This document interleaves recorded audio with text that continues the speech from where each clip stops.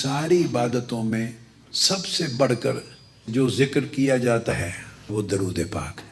یاد رکھ لیں، صرف جو درود پاک زبان ہلا کے پڑھتا ہے نا، تسبیح کا دانہ گراتا ہے یا نہیں گراتا، لب ہلاتا ہے مگر پڑھتا ہے الفاظ درود پاک کے، اس کا بھی قبول ہوتا ہے۔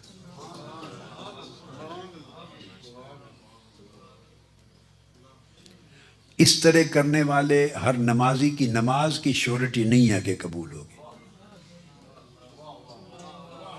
کہ جو کھڑا ہو گیا مصلی پر لب ہلا کے پڑھ رہا ہے، معلوم نہیں قبول ہو، اللہ کی مرضی۔ آپ سمجھے ہیں نا؟ درود پاک ایک ایسا ذکر ہے کہ جس نے لب ہلا کے بھی پڑھ دیا اور بہت نیچے نہیں بھی اترا، اس کا بھی قبول ہوگا۔ آپ کو اس کا راز سمجھ میں آیا ہے یا ہے؟ ہاتھ کھڑا کریں جس کو اس کا راز معلوم ہے۔ زیادہ کو معلوم نہیں ہے، میں ان کو بتاتا ہوں۔ پھر میں نے کہا صرف لب ہلائے اور درود پاک کے کلمات پڑھے، کیا؟ اور وہ من میں اتنا نہیں بھی گیا، لبوں سے پڑھ دیا، تو میں نے کہا وہ بھی قبول ہوگا۔ درود پاک کسی کا رد ہوتا ہی نہیں ہے، باقی ہر عبادت رد ہو سکتی ہے۔ یعنی کوئی حج کرے تو وہ نہیں کہہ سکتا کہ قطعی طور پہ میرا حج قبول ہے۔ عمرہ کرے نہیں کہہ سکتا کہ قطعی طور پہ عمرہ۔ روزہ رکھے، نماز پڑھے، خیرات کرے، صدقہ دے، زکوٰۃ دے، قطعی طور پہ کوئی گارنٹی نہیں دے سکتا کہ میرا یہ عمل قبول ہے۔ صرف ایک عمل ہے درود پاک، یہ جو پڑھے وہ گارنٹی ہے اس کی کہ قبول ہے۔ اب اس کا راز سمجھنا چاہتے ہیں؟ بولیے۔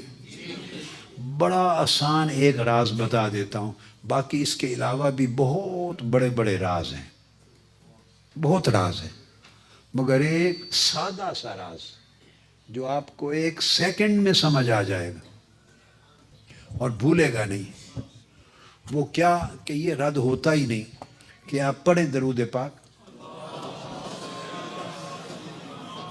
اللہم صلی علی سیدنا مولانا محمد۔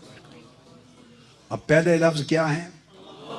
پھر اونچی آواز سے پڑھیں، صلی علی سیدنا و مولانا محمد۔ یہ درود پاک شروع ہوتا ہے کہ اے اللہ تو ہمارے آقا و مولا حضرت محمد پہ درود پڑھ۔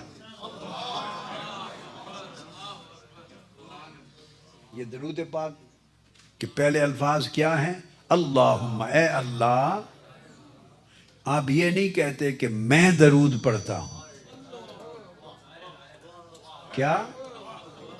آپ یہ نہیں کہتے کہ حضور علیہ السلام پر میں درود پڑھتا ہوں یا ہم درود پڑھ، یہ نہیں کہتے۔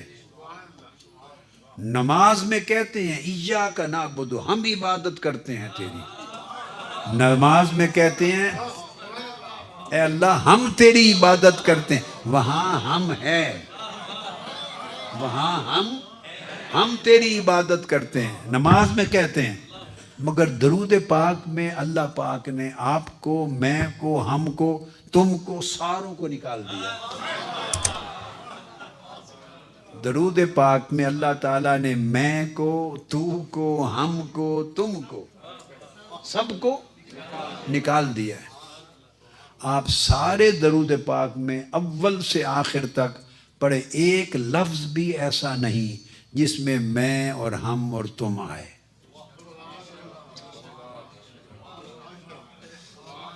ایک لفظ بھی ایسا نہیں جس میں میں آئے۔ تو یہ جو عمل رد ہوتے ہیں وہ رد ہی میں کی وجہ سے ہوتے ہیں۔ اب دیکھو نا، یہ جو عمل قبول نہیں ہوتے، یہ جو عمل قبول، کون سی شے ہے جو انہیں قبول ہونے سے روکتی ہے؟ وہ کیا ہے؟ میں ہی ایک چیز ہے جو کسی بھی عمل کو قبول ہونے سے روکتی ہے۔ اپنے محبوب پر درود پاک کے عمل میں سے اللہ پاک نے میں کو خود نکال دیا۔ جس نے قبول ہونے سے روکنا تھا وہ ہے ہی نہیں اس میں. آپ میری بات سمجھے؟ جس نے قبول